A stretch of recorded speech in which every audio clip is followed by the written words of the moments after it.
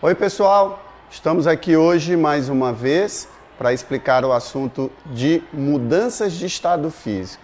Esse assunto é importante porque nós vamos aprender nessa aula qual é a influência que a pressão está exercendo em cada uma das mudanças de estado físico. Nós vamos entender o que acontece dentro das moléculas, o que acontece durante essa passagem de estado físico e nós vamos ver como a pressão vai influenciar nesse processo, tá? Então essa aula é importante porque lá no finalzinho dessa aula nós temos um gráfico chamado de diagrama de fases, que o Enem adora esse tipo de gráfico para que a gente consiga interpretar esse gráfico, ok? Então vamos prestar atenção nessa aula, valeu? Então vamos lá, pessoal. A primeira coisa que nós vamos fazer é conhecer os estados físicos da matéria e como ela se comporta. Então nós temos aí estados físicos ou fases, as diferentes formas de como uma substância pode se apresentar no espaço. Aí os principais que nós temos para estudar é o estado sólido, o estado líquido e o estado de vapor. Esses são os estados que nós vamos conhecer. O primeiro é o estado sólido. E você observa pelo desenho que as partículas no estado sólido estão muito próximas, né? Então quer dizer que a força de interação entre essas partículas é muito grande. E o corpo no seu estado sólido, ele vai ter forma definida, ele vai ter volume definido e essa atração molecular é muito forte, né? Então você pode ver que a força de atração é maior do que a força de repulsão, por isso da coesão no estado da matéria. Um exemplo é uma bola de bilhar, né? Que ela é bastante rígida na sua parte externa, ok? O segundo estado que nós temos que conhecer é o estado líquido. Observe que nos estados líquidos as moléculas estão um pouquinho mais afastadas, né? Isso faz com que a força de atração seja aproximadamente igual à força de repulsão. Quer dizer que nesse estado o corpo perdeu a sua forma e agora ele tem só o seu volume definido. E essa força diminuiu em relação ao sólido. O exemplo é você colocar um copo da água. Você observa um copo de água que a água toma o formato do copo. Isso quer dizer que ela vai sempre tomar a forma do corpo em que ela vai ser colocada. Isso é um fato que determina o estado líquido. E o estado de vapor é aquele que acontece em que as partículas estão mais soltas, as partículas estão mais liberadas, a força de atração é bem pequenininha, e aí as partículas vão ter um grau de agitação maior. E nesse estado nós não temos mais volume definido e nós não temos mais forma definida. E a interação entre as partículas já diminuiu bastante. Por isso que você consegue colocar um gás dentro de qualquer recipiente que você queira. O que você vai forçar? A parede do recipiente, que é o que nós chamamos de pressão. Mas tirando isso, o vapor é o mais fácil de ser trabalhado. Então, quando a gente vai estudar a influência que a pressão exerce nessas mudanças de estado físico, né? Nós temos que entender primeiro quais são essas mudanças de estado físico. Porque eu tenho o estado sólido, tenho o estado líquido e tenho o estado gasoso. Mas como é que eu passo de um para o outro? Então você tem a mudança do estado sólido para o estado líquido, nós chamamos de fusão. E a mudança do estado líquido para o estado de vapor, nós chamamos de vaporização. Nesses dois processos, o corpo tem que receber energia. Então, nós chamamos de processos endotérmicos, que ele está recebendo energia para que essas mudanças aconteçam. Já nós temos a ordem inversa, que é a condensação, a saída do vapor voltando para o líquido, também chamado de liquefação, e a saída do líquido para o sólido, que nós chamamos de solidificação. Esses dois são processos exotérmicos, ou seja, o corpo precisa perder energia para que isso aconteça, né? Então nós temos um processo em que o corpo está ganhando calor, nós já vimos na aula passada de calorimetria que esse calor ele é sensível enquanto o corpo mantém o seu estado físico e ele é latente durante essa passagem estado físico, né?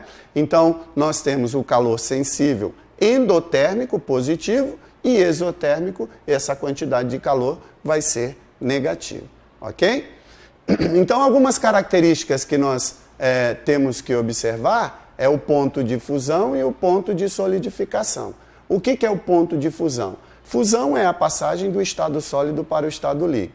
Quando nós falamos o ponto de fusão, nós estamos falando de uma temperatura. Nós estamos estipulando para aquela substância uma temperatura para que ela mude o seu estado físico. Por exemplo, para a água. Uma pedrinha de gelo que tem uma temperatura menor do que zero, ela encontra-se em que estado? Sólido. Conforme você vai cedendo energia para ela, a sua temperatura vai subindo até chegar a zero. Pronto, chegou ao ponto de fusão, que é exatamente a temperatura em que a água começa o seu processo de transição. A mesma coisa, gente, é quando falamos do ponto de solidificação. Então, a água estava no seu estado líquido, nós fomos retirando calor dessa água e a sua temperatura foi diminuindo. O que aconteceu agora? Ela chegou na sua temperatura de solidificação. Para a água também é 0 graus. Então, observe que o zero é tanto referência para a fusão quanto para a solidificação quando falamos de água. E, obviamente, cada substância vai ter a sua própria temperatura de fusão e temperatura de solidificação. Falando de ebulição e liquefação, nós estamos falando da mesma coisa, tá? O ponto de ebulição é a temperatura em que a substância vai sair do seu estado líquido e entrar no seu estado gasoso, e o de liquefação é quando essa substância sai do seu estado gasoso e volta para o seu estado líquido.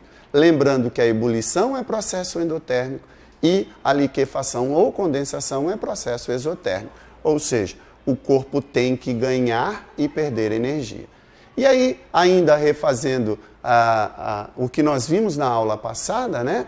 Nós temos aqui um gráfico que vai representar a equação do quimacete e do quimolesa para a água, substância pura, né? Vocês estão vendo ali que a suposição é que a água estava numa temperatura negativa de -10, aí ela sobe até 0 graus.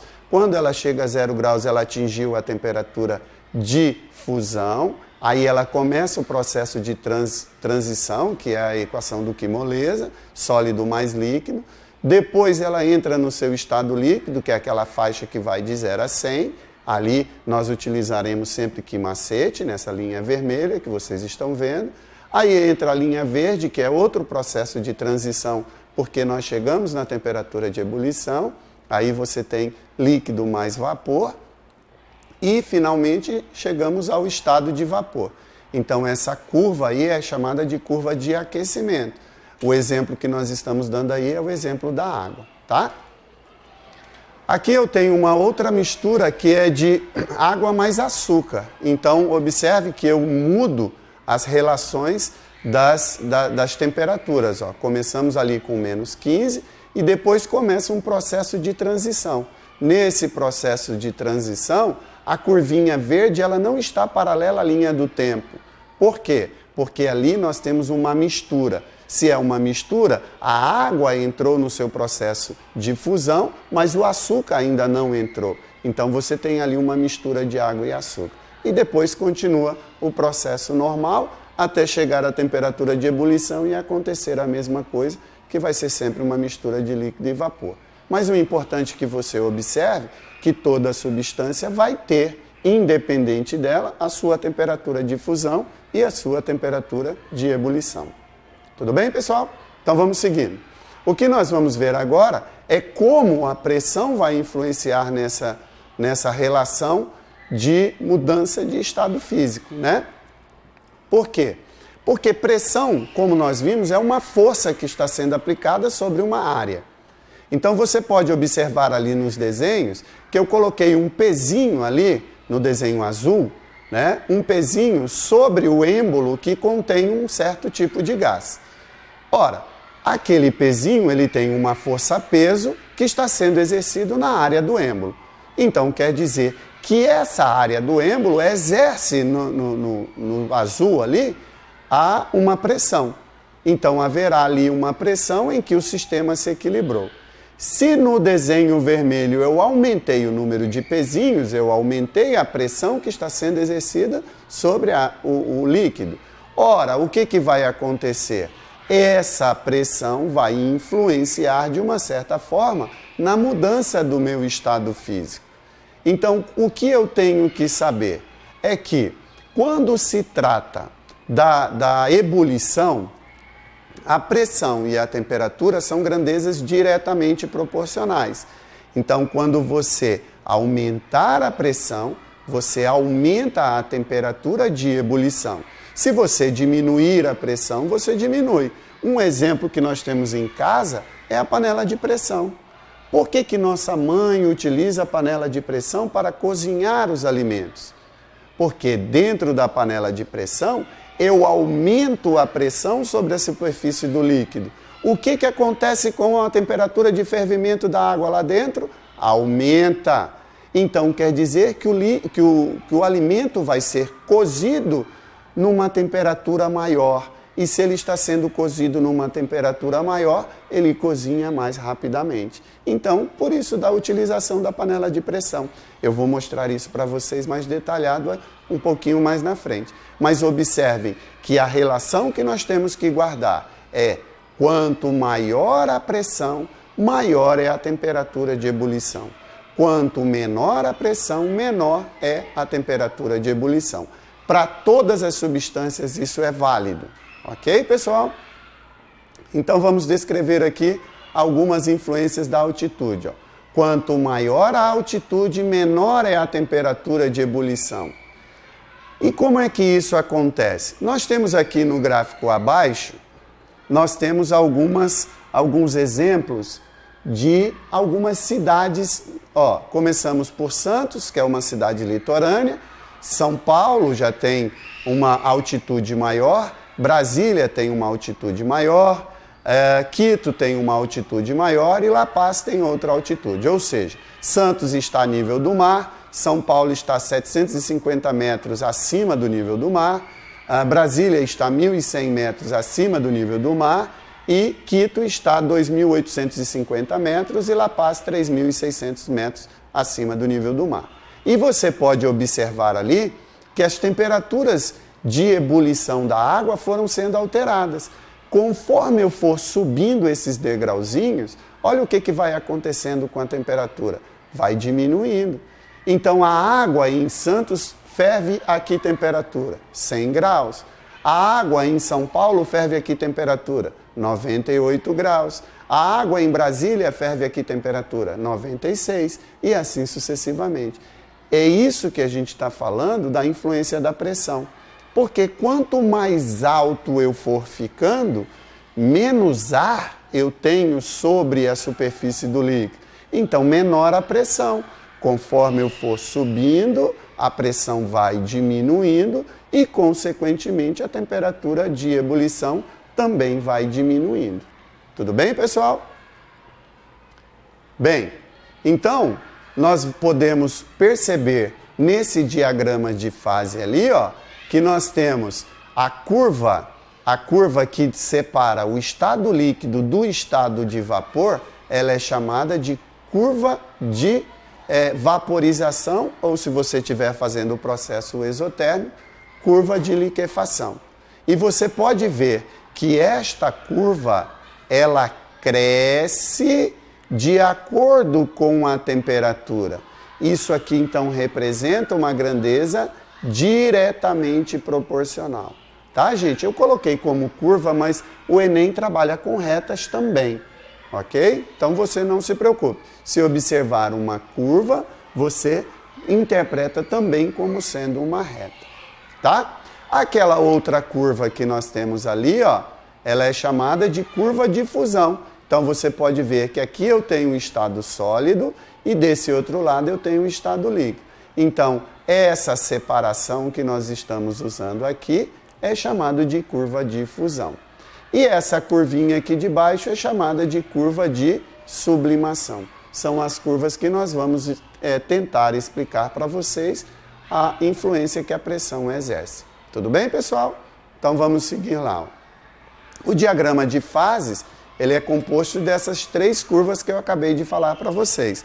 Você tem a curva de fusão, a curva de ebulição e a curva de sublimação.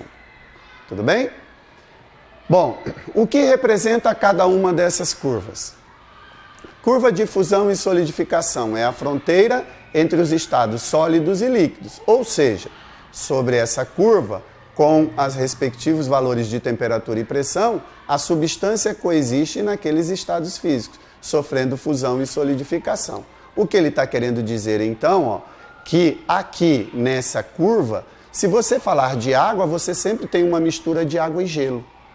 É isso que essa curva está representando, a mistura de água e gelo. Se eu for um pouquinho para a esquerda, eu só tenho gelo. Se eu vier um pouquinho para a direita, eu só tenho água. Mas em cima da curva eu tenho água e gelo.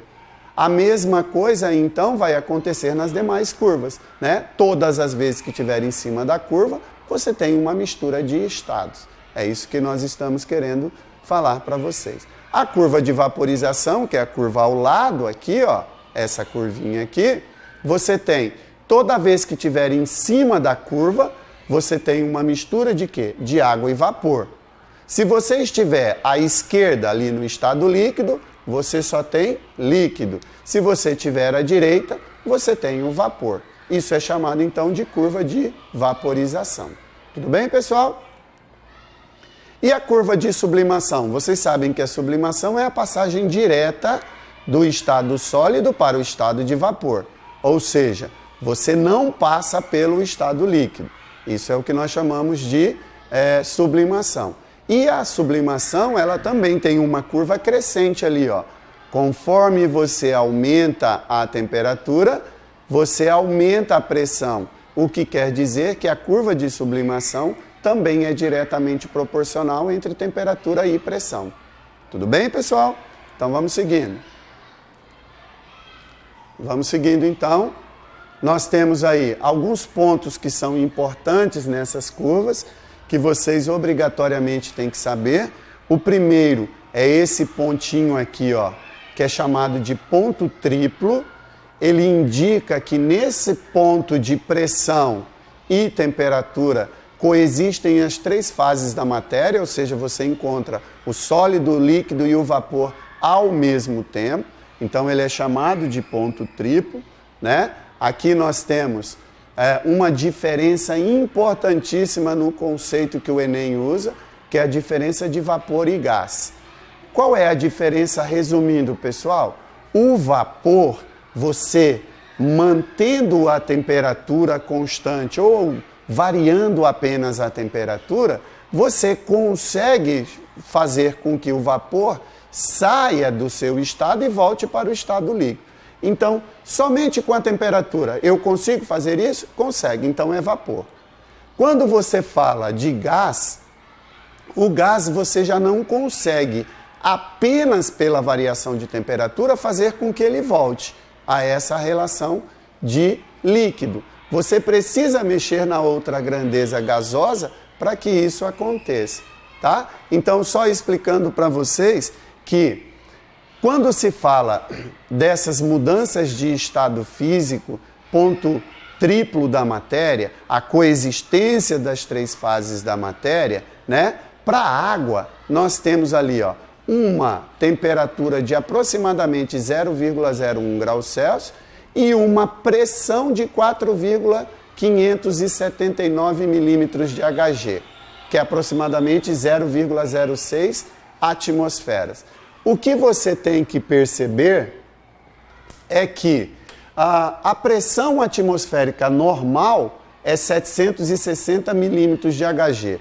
Olha a pressão que nós usamos para o ponto triplo, é baixíssima. Então, para que exista uma coexistência das fases da água, as três fases da água para ser atingida, você tem que ter pressões muito baixas, né? Então, isso é importante você deduzir. E olha só, quando você vai analisar o gráfico ali embaixo, olha aqui o ponto triplo da água. Olha aqui a curva que você tem, curva de ebulição. E olha aqui, ó, se eu pegar aqui a água no seu estado de vapor, se eu mexer apenas na temperatura dela Eu consigo fazer com que ela retorne ao estado líquido? Consigo. Então, ela está no seu estado de vapor. Se eu não conseguisse fazer, pessoal, ela estaria onde? No seu estado gasoso. Tá bom? Lembre-se, pessoal, que a diferença de um gás para o vapor é a transformação chamada de isotérmica. Se você conseguir, por transformações isotérmicas, mudar, ele é o estado gasoso. Tá? Então, vamos seguir. Aqui chegou, então, a curiosidade da panela de pressão. Se eu tenho aqui uma panela aberta, ela está sofrendo influência apenas do ar sobre o líquido, não é, pessoal? Então, se ela está sofrendo essa influência, ela vai ferver a que temperatura? 100 graus Celsius. Muito bem. Se eu, porventura, colocar essa panela no fogo e deixar fervendo algum tempo, essa temperatura de fervimento é 100 graus Celsius. Ela vai ganhar calor até chegar na temperatura de 100 e aí, se nós estivermos a nível do mar, ela vai ferver a 100 graus Celsius. Aí o que acontece? Nós utilizamos a panela de pressão. Quando nós utilizamos a panela de pressão, nós colocamos ali uma tampa na panela. Essa tampa isola o conteúdo interno do conteúdo externo. Então, o meio externo não atua mais no meio interno. O que vai acontecer é que essa água vai começar a ferver lá dentro e ela vai começar a se vaporizar. E quando ela vai se vaporizando, esse vapor não tem para onde ir, a tampa não deixa ele sair. O que vai acontecendo lá dentro? A pressão vai aumentando. E, consequentemente, a temperatura de fervimento também vai aumentando. Então, em termos de cozimento, a água ferve lá dentro a 120 graus Celsius. Por quê? Porque a pressão é acima de 1 atm. Por isso que utilizamos a panela de pressão para cozinhar os alimentos de maneira mais rápida e mais intensa. Tudo bem, pessoal? Então, vamos pegar aqui um exercício básico para nós exercitarmos, ok? Então, o exercício 1, ele diz assim: observe os seguintes fatos. Uma pedra de naftalina deixada no armário. Uma vasilha de água deixada no freezer. Uma vasilha de água deixada no fogo. O derretimento de um pedaço de chumbo quando aquecido. Ora, uma pedra de naftalina, quando é deixada no armário, ela vai sofrer o quê? Sublimação, que ela vai sair do estado sólido e entrar no estado gasoso de forma direta. Uma vasilha de água, quando é deixada no freezer, ela entrou no freezer no seu estado líquido. O freezer vai fazer o quê? Retirar a energia dela. Ela vai se solidificar. Então, nós temos uma solidificação. Uma vasilha com água deixada no fogo. Ela vai atingir a sua temperatura de ebulição e vai se vaporizar. Então, vaporização. O derretimento de um pedaço de chumbo. Se está falando derretimento, é porque ele estava no estado sólido e está passando para o estado líquido. Logo, isso é uma curva de fusão. Então, você tem, pela ordem, sublimação para 1, solidificação para 2, vaporização para 3 e fusão para 4. Entendido, pessoal? Vamos, então, ao exercício 2. Podemos classificar como processo endotérmico e exotérmico, respectivamente, as mudanças de estado. A liquefação é um processo endotérmico? Não, é um processo exotérmico. A solidificação é um processo endotérmico? Não, é um processo exotérmico. Então, a letra A está fora. A condensação, que é a mesma liquefação, é um processo o quê? Endotérmico. Não, professor, ele é exotérmico. Muito bem, aluno. A sublimação, ele pode ser tanto endotérmico quanto exotérmico. Então, vamos lá, pessoal, olha aí, a solidificação. Solidificação é um processo exotérmico. Evaporação é endotérmico. Só que ele está pedindo aqui, pessoal, endotérmico e exotérmico, respectivamente. Então, vamos para a próxima.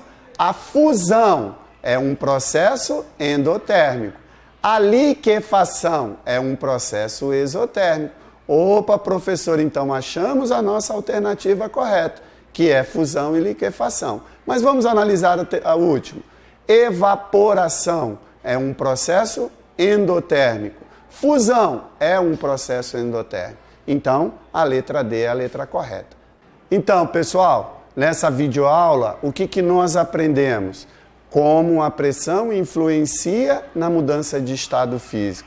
E você percebeu nessa aula que é importante você saber desse conteúdo, que é importante você verificar como essa pressão vai influenciar e quais as consequências disso no nosso cotidiano. Porque o Enem, ele trabalha o nosso cotidiano. Ele não quer saber de conceitozinhos que eu sei só por saber. Não, ele quer saber se você sabe aplicar isso, tá? Então nós vimos a importância da leitura do diagrama de fases, nós vimos como esse diagrama é construído, como nós utilizamos essa influência da pressão. Então na próxima videoaula, o que nós vamos aprender são os gases. Então fique atento na nossa videoaula. Valeu, pessoal? Um abraço!